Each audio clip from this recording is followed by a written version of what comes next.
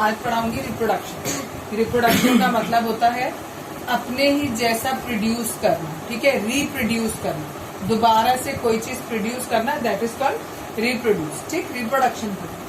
Reproduction is a process by which living things produce young ones of their own kind. जब living beings अपने ही जैसे young ones को पैदा करते हैं तो उस पूरे प्रोसेस को हम क्या कहते हैं, रिप्रोडक्शन कहते हैं। ठीक, रिप्रोडक्शन जो है, जिस तरीके से हमारी बॉडी में बहुत सारे सिस्टम्स होते हैं, जैसे डाइजेस्टिव सिस्टम होता है, सर्कुलेटरी सिस्टम होता है, और भी बहुत सारे सिस्टम होते हैं, वो सारे सिस्टम अगर हमारी बॉडी में नहीं हो तो हम जिंदा नहीं रह पाएंगे। लेकिन ये रिप्रोडक्शन वाला सिस्टम ऐसा होता है जिसमें अगर हमारी बॉडी में नहीं भी है तो भी हम जिंदा रह सकते हैं। तो इसीलिए लिखा है it is not needed to stay alive. ये जिंदा रहने के लिए जरूरी नहीं है, लेकिन बट विदाउट इट, लेकिन बिना इसके an organism can not produce offsprings. मतलब इसके बिना इंसान ऑफस्प्रिंग्स प्रोड्यूस नहीं कर सकता, मीन्स बच्चे पैदा नहीं कर सकता है। तो अगर हमें एक स्पीसीज को आगे बढ़ाना है तो रिप्रोडक्शन इज नेसेसरी। क्वेश्चन पूछा जाता है why reproduction is necessary. Reproduction इसलिए नेसेसरी है कि अगर रिप्रोडक्शन नहीं होगा तो आगे जो फ्यूचर जनरेशन बढ़ रही है वो जनरेशन आगे नहीं बढ़ेगी। ठीक, नेक्स्ट है टाइप्स ऑफ रिप्रोडक्शन। कितने तरीके का रिप्रोडक्शन होता है? रिप्रोडक्शन दो तरीके का होता है, एक होता है सेक्सुअल, एक होता है एसेक्सुअल। ठीक, कुछ ऑर्गेनिजम्स ऐसे होते हैं जो बच्चे पैदा करते हैं, कुछ ऑर्गेनिजम्स ऐसे होते हैं जो अंडे देते हैं। ठीक है, बच्चे पैदा कर रहे हैं, जैसे हम लोग हैं, इंसान है। ठीक, इंसान अगर रिप्रोड्यूस करता है तो बच्चे पैदा होते हैं। कुत्ते बिल्ली हैं, उनके क्या होते हैं? बच्चे होते हैं। ठीक, लेकिन कुछ एनिमल्स ऐसे होते हैं जो रिप्रोडक्शन का प्रोसेस उनका किसके थ्रू होता है? एग्स के थ्रू होता है। जैसे मुर्गी होती है, अंडे देती है। ठीक है, चिड़िया है, वो अंडे देती है। तो ये अलग अलग तरीके आपको बताए। हाइड्रा में क्या होता है? Of springs grow out of parents body. Hydra की जो बॉडी होती है, एक जो पेरेंट हाइड्रा होगा वो थोड़ा सा पूरा ग्रो होगा, मैच्योर होगा, उसी में साइड में से एक बड निकलेगी, वो ही बड धीरे धीरे मैच्योर होगी और मेन पेरेंट बॉडी से वो अलग हो जाएगी कुछ समय के बाद। तो यानी पेरेंट की बॉडी में से ही पार्ट अलग हुआ, वो होता है हाइड्रा में। अमीबा में क्या होता है? पूरा एक अमीबा होता है, धीरे धीरे करके उसका साइज बड़ा होता है और फिर वो दो में ब्रेक हो जाता है। ठीक है, तो ये अलग अलग तरीके बताए आपको कि किस किस तरीके से रिप्रोडक्शन हो सकता है। अभी जो हम पढ़ेंगे that is sexual reproduction. Sexual reproduction में लिखा है इट इन्वॉल्व्स टू पेरेंट्स। इसमें दो पेरेंट्स जरूरी हैं, एक मेल और एक फीमेल। ठीक है, which produces the sperm. Male वाला जो होता है वो प्रोड्यूस करता है स्पर्म, जबकि जो फीमेल होती है वो प्रोड्यूस करती है एग। ठीक, पूरा डिटेल में नेक्स्ट क्लास में पूरा डिटेल में बताऊंगी। अभी फर्टिलाइजेशन किसे कहते हैं? जो मेल ने प्रोड्यूस किया स्पर्म और जो फीमेल ने प्रोड्यूस किया एग, वो दोनों एक दूसरे के अंदर फ्यूज हो जाते हैं। उस फ्यूज होने के प्रोसेस को, फ्यूज हुआ और उससे क्या बना? एक नया जाइगोट बन गया। तो खाली फ्यूज होने के प्रोसेस को हम कहते हैं फर्टिलाइजेशन। ठीक, फर्टिलाइजेशन भी दो तरीके का होता है, एक एक्सटर्नल फर्टिलाइजेशन होता है और एक इंटरनल फर्टिलाइजेशन। एक्सटर्नल फर्टिलाइजेशन वो फर्टिलाइजेशन होता है जिसमें ये मेल और फीमेल का जो, ये मेल से जो स्पर्म निकला है, फीमेल से जो ओवम निकल रहा है, ये आपस में फ्यूज होते हैं बॉडी के बाहर। जैसे किसमें होता है? फ्रॉग में। ठीक है, फ्रॉग क्या करता है? पानी में अपने अंडे दे देता है। ठीक, उन अंडों में वहीं पर जो दूसरा मेल फ्रॉग होता है वो स्पर्म्स दे देता है। वो स्पर्म्स उस एग्स के साथ फ्यूज होते हैं और फर्टिलाइजेशन हो जाता है। कहाँ होता है ये सब? बाहर होता है, बॉडी के बाहर, फ्रॉग की बॉडी के बाहर होता है। That's why it is called external fertilisation. Internal, जैसे हम इंसान हो गए, हमारे इंसानों में क्या होता है? मेल का जो स्पर्म होता है वो फीमेल की बॉडी के अंदर जाता है और फीमेल की बॉडी के अंदर जो एग होता है वो उससे जाकर फ्यूज हो जाता है। ठीक है, जब वो फ्यूज होगा तो फर्टिलाइजेशन होता है, और क्योंकि वो फीमेल की बॉडी के अंदर हो रहा है दैट्स वाई उसे हम इंटरनल फर्टिलाइजेशन कहते हैं। ठीक, कल के टॉपिक में एक चीज रह गई थी, दैट इज हर्माफ्रोडाइट्स। वो ऑर्गेनिज्म जिसके इंडिविजुअल में दोनों मेल और फीमेल दोनों सेक्स होते हैं, उनको हम हर्माफ्रोडाइट्स कहते हैं। ठीक, आज बताऊंगी आगे रिप्रोडक्शन इन ह्यूमंस। कल हमने क्या पढ़ा था कि रिप्रोडक्शन कितने तरीके का होता है, एक सेक्सुअल होता है और एक एसेक्सुअल होता है, ठीक है। तो यहाँ पर दिया हुआ है ह्यूमंस के बारे में, ह्यूमन में रिप्रोडक्शन कैसा होता है। ह्यूमन में जो रिप्रोडक्शन होता है वो सेक्सुअल होता है। क्यों कहते हैं उसे sexual? Because it involve 2 sexes, इसमें 2 सेक्स यूज होते हैं, एक मेल होता है और एक फीमेल होता है। Each sex has different reproductive system, दोनों सेक्स का अलग अलग तरीके का रिप्रोडक्टिव सिस्टम होता है। फर्टिलाइजेशन पूरी तरीके से इंटरनल होता है। कल 2 तरीके के फर्टिलाइजेशन बताए थे, एक्सटर्नल और इंटरनल। तो हम ह्यूमंस में इंटरनल फर्टिलाइजेशन होता है। नेक्स्ट है ये जो रिप्रोडक्शन है, रिप्रोडक्शन की जो शुरुआत होती है ये हमारी किससे होती है? जैसे ही रिप्रोडक्शन होना शुरू होता है उससे पहले हमारी बॉडी में बहुत सारे चेंजेस आते हैं। उन सारे चेंजेस का जो भी पीरियड टाइम होता है उसको हम प्यूबर्टी बोलते हैं, ऑनसेट ऑफ सेक्सुअल मैच्योरिटी। यानी हमारी जो बॉडी है उसमें जो हमारे सेक्स ऑर्गन है वो इतने मैच्योर हो जाएं, इतने बड़े हो जाएं कि वो रिप्रोडक्शन कर सकें, उसको हम क्या कहते हैं? प्यूबर्टी कहते हैं। प्यूबर्टी की डेफिनेशन हमने एडोलेसेंस वाले चैप्टर में भी पढ़ी थी। बॉयज में जो प्यूबर्टी पीरियड होता है वो 11 से 16 साल का होता है, जबकि गर्ल्स में वो 10 से 15 साल का होता है, ठीक है। नेक्स्ट है चेंजेस ड्यूरिंग प्यूबर्टी, ये भी हमने एडोलेसेंस वाले चैप्टर में पढ़ लिया है, फिर भी दोबारा एक बार बता देती हूँ। बॉयज में वॉइस बिकम डीपर, बच्चों जो लड़के होते हैं उनकी आवाज थोड़ी भारी हो जाती है।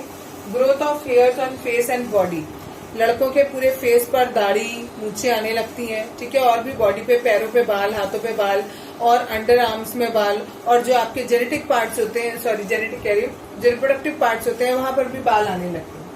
डेवलपमेंट ऑफ मसल्स, बॉयज में मसल्स उनके और ज्यादा डेवलप हो जाती हैं। प्रोडक्शन ऑफ स्पर्म्स, और उनमें स्पर्म्स प्रोड्यूस होने लगते हैं, ठीक। इसी तरीके से गर्ल्स में उनका ब्रेस्ट का एनलार्जमेंट होने लगता है, जो उनके हिप्स होते हैं वो राउंड होने लगते हैं।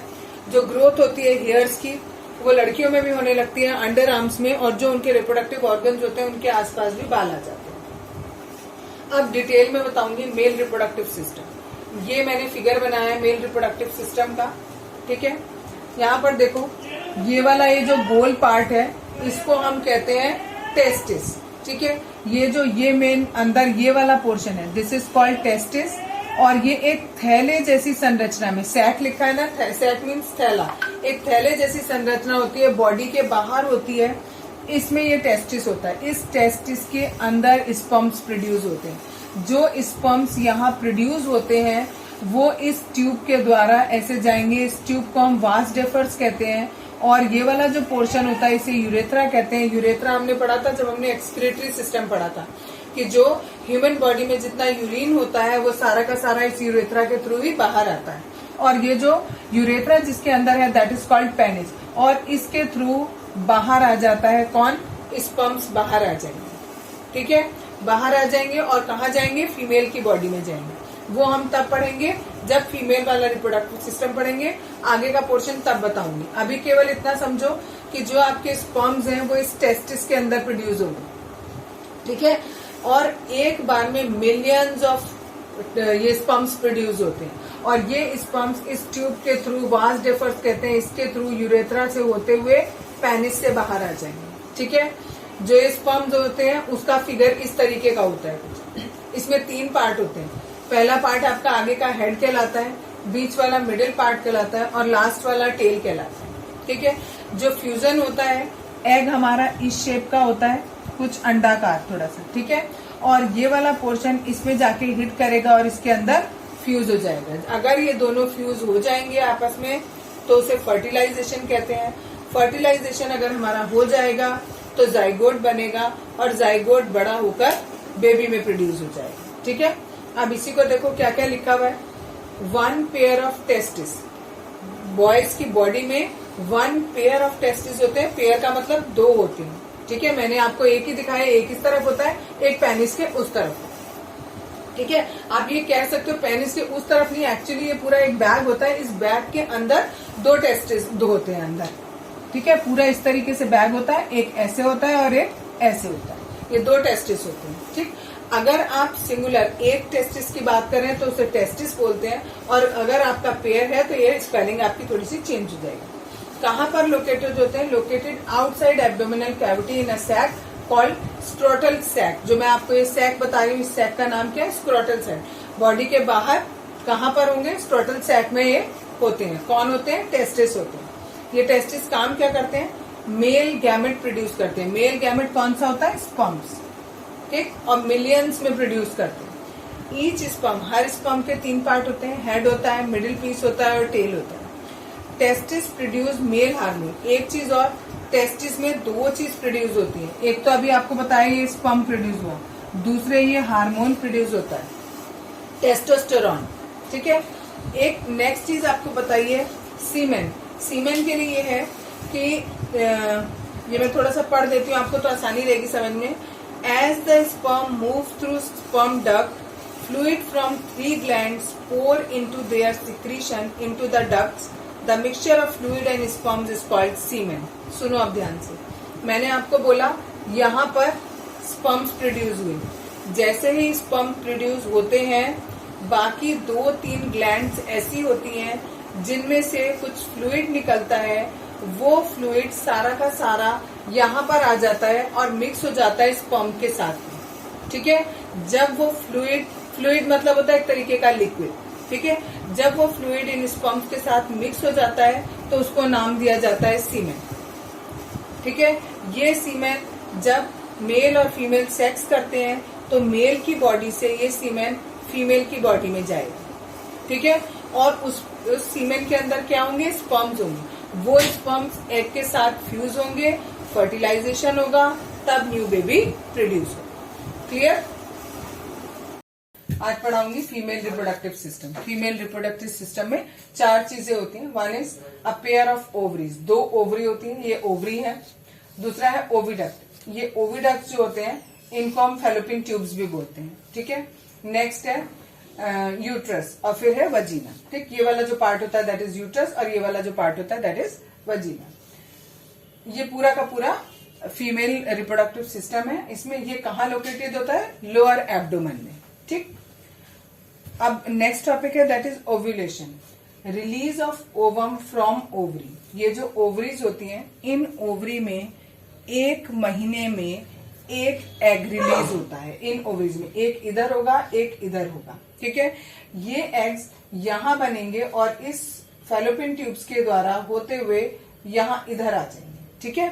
तो release of ovum from ovary, इस ओवरी में जो ओव्यूल्स आपका ये ओवम बनेगा उसे हम क्या कहते हैं? उस पूरे प्रोसेस को ओव्यूलेशन कहा जाता है। Usually 1 ovum is release from 1 ovary every month. 1 महीने में एक ओवरी से एक एग जो है वो रिलीज होता है। ओवम भी कह सकते हैं उसको हम और एग भी कह सकते हैं, दोनों का मतलब सेम है।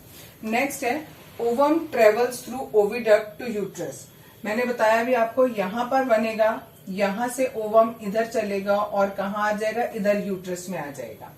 With in which the body develops after fertilisation, यहाँ पर आ जाएगा और यहाँ पर जब आपका फ्यूजन होता है, वो फ्यूजन यही हो गया। फ्यूजन होने के बाद वो जो है वो इस जगह आ जाएगा यूट्रस में और यहीं पर आकर जो बेबी है वो डेवलप होगा।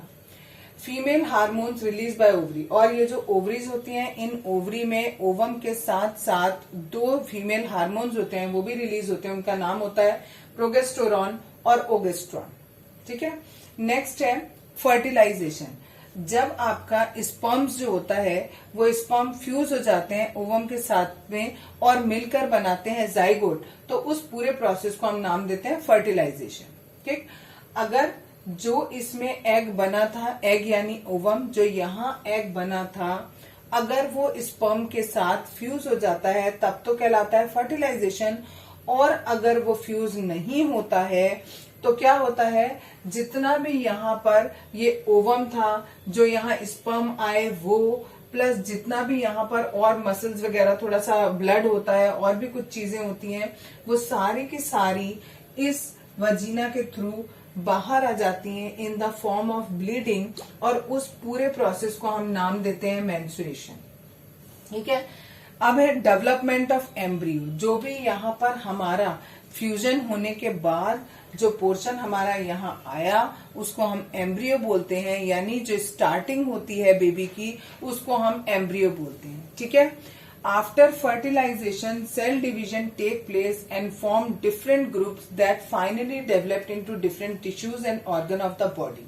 फर्टिलाइजेशन हो गया, फर्टिलाइजेशन के बाद जो भी एम्ब्रियो था वो यहाँ आ गया, यहाँ आने के बाद उसमें सेल डिवीजन होगा और जो भी आपका एम्ब्रियो था उसमें अलग अलग सारे बॉडी पार्ट्स धीरे धीरे करके बनने लगेंगे। ठीक है, एम्ब्रियो किसे कहते हैं? Developing structure for the first 8 week. शुरू के 8 वीक में, फर्टिलाइजेशन के बाद शुरू के जो 8 वीक हैं, उस 8 वीक में जो भी डेवलपमेंट होगा उस पूरे प्रोसेस को, मतलब उस पूरे पार्ट को हम क्या नाम देंगे? एम्ब्रियो नाम देंगे। 8 वीक के बाद it gets embedded in wall of uterus. जो भी यहाँ पर एम्ब्रियो बना था वो इस यूट्रस की वॉल से चिपक जाएगा। ठीक है, एम्बेडेड हो जाएगा इससे। फिर नेक्स्ट टॉपिक आपको दिया है cell maturation. Different groups of cell changes their shape, size etcetera. अब यहाँ पर जो एम्ब्रियो है उस एम्ब्रियो में बहुत सारे चेंजेस आएंगे। कुछ उसकी साइज में आएगा, कुछ शेप में आएगा, बॉडी पार्ट्स बनेंगे अलग अलग। ये पूरा का पूरा प्रोसेस जो है वो थोड़ा टाइम लेगा और वो स्टेज जिसमें इस एम्ब्रियो के हाथ, पैर, आंख, नाक, मुंह सब कुछ अलग अलग पहचान में आने लगेंगे, तब हम इस एम्ब्रियो को नाम देते हैं फोइटस।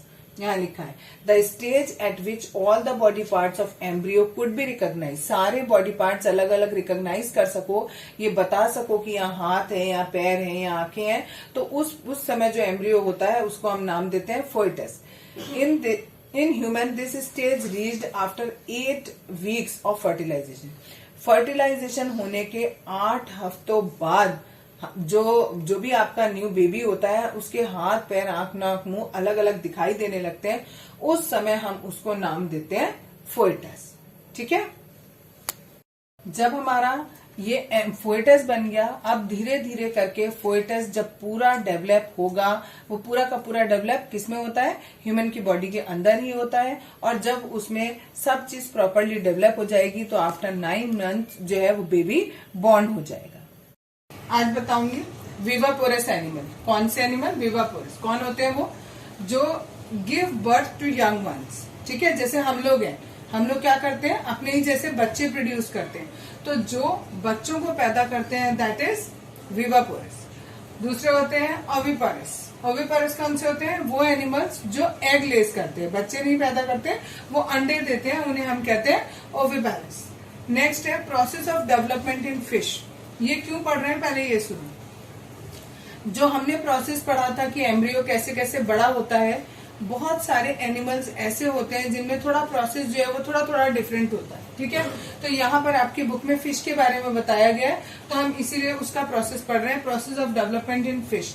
इसमें क्या होता है? फर्टिलाइजेशन के बाद, after fertilisation the zygote divides repeatedly. ये तो हमारे में भी होता था कि जाइगोट जो है वो रिपीटेडली डिवाइड होता था and travel down the oviduct and form many protected layer around it। अब क्या है, उन्होंने कहा, देखो यहाँ तक तो हमारे में भी हो रहा था कि ओविडक्ट से वो आगे तक जाता है, लेकिन जैसे जैसे ये डिवाइड होता है और आगे जाता जाता है, अंडे के ऊपर लेयर बाय लेयर चढ़ती रहती है। ठीक है, एग के ऊपर लेयर बाय लेयर चढ़ती रहती है। और after hard shell formed around the embryo, जब एम्ब्रियो के ऊपर बिल्कुल हार्ड लेयर बन जाती है, the hen lays the egg, तब जो है हैन अपना अंडा देती है। तो अंडे के ऊपर जो शेल होता है उसका, वो यही वाला है जो वो लेयर्स बन रही है उसके ऊपर। ठीक है, और देखोगे आप, अगर बहुत ध्यान से देखोगे तो कभी कभी क्या होता है, जब आप अंडे का वो बाहर वाला शेल तोड़ते हो, उसके बाद भी एक बहुत पतली सी स्किन सी दिखाई देती है। ठीक है, कभी कभी दिखती है, कभी कभी हम लोग ज्यादा जोर से हिट कर देते हैं तो वो वाली लेयर भी टूट जाती है। The hen then sit on the egg to keep warm. जब हैन ने अंडा दे दिया तो उसके ऊपर जो मुर्गी होती है वो कुछ समय तक बैठती है, उसको गर्म करती है, उसको गर्माहट देती है। गर्माहट की वजह से क्या होता है, जो उसके अंदर जितना भी मटेरियल है, जितना भी एग है, वो धीरे धीरे करके किस में कन्वर्ट हो जाता है, चिक में कन्वर्ट हो जाता है। और after 3 week it take to becomes chick. 3 हफ्ते लग जाते हैं उसको ऐसा करने में, और फिर 3 हफ्ते बाद उस शेल को तोड़कर उसमें से चिक बाहर आ जाता है। ठीक, नेक्स्ट है मेटामॉर्फिज्म। ये नेक्स्ट टॉपिक है मेटामॉर्फिज्म। मेटामॉर्फिज्म कहते किसे हैं? मेटामॉर्फिज्म जो होता है, मेटामॉर्फिज्म का हो या मेटामॉर्फोसिस का हो, एक ही बात है। मेटामॉर्फोसिस क्या होता है? Metamorphosis, the complete change of form of an animal as it develop from a young one into an adult. यानी एक बच्चा जब पैदा होता है, पैदा होने के बाद से जब तक वो बड़ा होता है, उसकी बॉडीज में जितने चेंजेस आते हैं उसे हम क्या कहते हैं, मेटामॉर्फोसिस कहते हैं। उन सारे प्रोसेसेस को मिलाकर, सारे स्टेजेस को मिलाकर।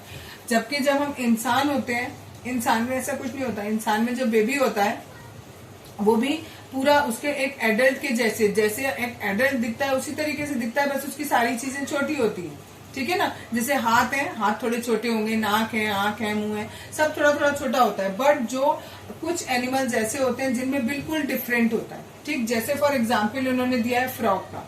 फ्रॉग में सबसे पहली स्टेज है दैट इज एग। एग के बाद होगा आपका टेडपोल, और टेडपोल के बाद होगा एडल्ट। जब आप टेडपोल को देखोगे तो फिगर आपकी बुक में दिया हुआ है पेज नंबर 122 पर। आप टेडपोल देखो तो टेडपोल हमें बहुत कुछ फिश के शेप के जैसा लग रहा है। ठीक है, जबकि वो जाकर आगे एडल्ट बनेगा तो वो बिल्कुल फ्रॉग बनेगा। फ्रॉग और फिश बिल्कुल अलग होते हैं। ठीक है, लेकिन उनकी स्टेजेस कैसी लग रही है, पहले एग था, दूसरे बाद में वो टेडपोल बना यानी फिश के जैसा लगने लगा, और तीसरे में वो पूरा फ्रॉग बन गया। तो इसकी स्टेजेस बिल्कुल अलग अलग होती है। तो ऐसे एग से लेकर एडल्ट तक बनने के जितने भी प्रोसेस होते हैं दैट इज मेटामॉर्फोसिस। फिर दिया मॉस्किटो का। मॉस्किटो में भी ऐसे स्टेजेस अलग अलग होते हैं। पहला एग होता है, देन लार्वा बनता है, उससे लार्वा से प्यूपा वाली स्टेज बनती है, एंड प्यूपा से एडल्ट मॉस्किटो बनता है। सिमिलरली बटरफ्लाई में दिया है, बटरफ्लाई में पहले एग होगा, देन कैटरपिलर होगा, देन प्यूपा होगा, और उसके बाद एडल्ट होगा। बाकी डिटेल में इसमें कोई जरूरत नहीं है, केवल इतना ही पूछा जाता है। कभी कभी ऐसे पूछ लेते हैं, in mosquito egg dash dash adult, तो आपको वो डैश में फिलअप करना होता है, ज्यादा कुछ पूछा नहीं जाता है। ठीक है, नेक्स्ट है आपका कि जो ये वाला टॉपिक यही खत्म हो गया कि किस में कैसे कैसे आपके स्टेजेस चेंज हो रहे हैं, ये हमारा मेटामॉर्फिज्म हो गया। नेक्स्ट टॉपिक है ए सेक्सुअल रिप्रोडक्शन। अभी तक जो हम पढ़ रहे थे वो सेक्सुअल रिप्रोडक्शन पढ़ रहे थे, अब हमारा आया ए सेक्सुअल रिप्रोडक्शन। ए सेक्सुअल रिप्रोडक्शन में हमें केवल एक पेरेंट की जरूरत पड़ती है, सिंगल पेरेंट की, दो पेरेंट की जरूरत नहीं होती है। ठीक, अब उसी के इसमें तरीके दिए हैं कि ए सेक्सुअल रिप्रोडक्शन कितने तरीके से हो सकता है। आपकी बुक में केवल दो तरीके दिए हैं, दैट इज बाइनरी फ्यूजन और बडिंग। और भी तरीके होते हैं, दो दिए बट हम दो ही पढ़ेंगे। बाइनरी फ्यूजन किसे कहते हैं, the fully grown parent cell split into two halves. जैसे फॉर एग्जाम्पल एक अमीबा है, अगर ये एक अमीबा है, इस अमीबा का ये न्यूक्लियस है। ठीक है, ये एक है, और इस एक से क्या बन जाएंगे, दो अमीबा बन जाएंगे, एक इधर और एक इधर। ठीक है, तो एक अमीबा दो में डिवाइड हुआ तो इसको हम क्या कहेंगे, बाइनरी फिजन कहेंगे। ठीक है, होता कैसे ये प्रोसेस, ये वाले इस वाले प्रोसेस से देखो ऐसे बनेगा। ये वाला जो न्यूक्लियस है वो पहले इस तरीके से होगा, फिर दोबारा से ये दो अलग अलग हो जाएंगे, उसके बाद ये अमीबा ऐसे अलग अलग होगा, और इसके बाद ये वाली स्टेज आएगी कि दोनों बिल्कुल अलग अलग हो जाएंगे। ठीक है, ऐसा किसमें होता है, अमीबा में होता है, बाइनरी फिजन कहलाता है। ठीक है, एक चीज और होती है दैट इज मल्टीपल फिजन, लेकिन आपकी बुक में मल्टीपल फिजन नहीं दिया हुआ है, खाली बाइनरी फिजन दिया है, इसलिए मैंने आपको बाइनरी फिजन बता दिया। कभी कभी ये अमीबा का ये जो प्रोसेस है पूरा कि अमीबा में बाइनरी फिजन कैसे होता है ये आ जाता है, तो इसमें यही आपको लिखना है, और ये आपकी बुक में पेज नंबर 122 पर एज इट इज लिखा हुआ है, वही पैराग्राफ आप लिख देंगे। ठीक, नेक्स्ट है इसका तरीका दैट इज बडिंग। बडिंग में क्या होता है, आपका एक ऑर्गेनिज्म होगा। ठीक है, एक ऑर्गेनिज्म है, कोई सा भी एक ऑर्गेनिज्म है, ये मैंने आपको लिया है हाइड्रा, ये एक हाइड्रा है। ठीक है, हाइड्रा में क्या होगा, साइड में छोटी सी एक बड निकल आएगी, जरूरी नहीं है इस साइड हो, कहीं पर भी निकल सकती है। पहले ये छोटी सी बड निकलेगी, उसके बाद ये बड कुछ दिनों तक इस पेरेंट प्लांट के साथ ही, पेरेंट एनिमल के साथ ही जुड़ी रहेगी, पेरेंट ऑर्गेनिज्म के साथ जुड़ी रहेगी, धीरे धीरे करके डेवलप होगी। जब ये अच्छे से डेवलप हो जाएगी तो ये इससे अलग हो जाएगी, और ये ऐसे अलग रह जाएगा, और ये एक अलग आउटग्रोथ निकल आएगी, ये एक नया हाइड्रा बन गया। ठीक है, इसको हम कहते हैं बडिंग, क्योंकि पहले बड निकली, थोड़ी सी मैच्योर हुई, उसके बाद अलग हो गई। ठीक है, जो एक होते हैं कोरल्स, और एक होते हैं स्पॉन्ज। ये कोरल और स्पॉन्ज जो होते हैं इनमें भी बड निकलती है, लेकिन वो बड पेरेंट ऑर्गेनिज्म से अलग नहीं होती। मैच्योर होने के बाद भी वो अलग नहीं होती है, वो उसी पेरेंट प्लांट में ही जुड़ी रहती है। ठीक है।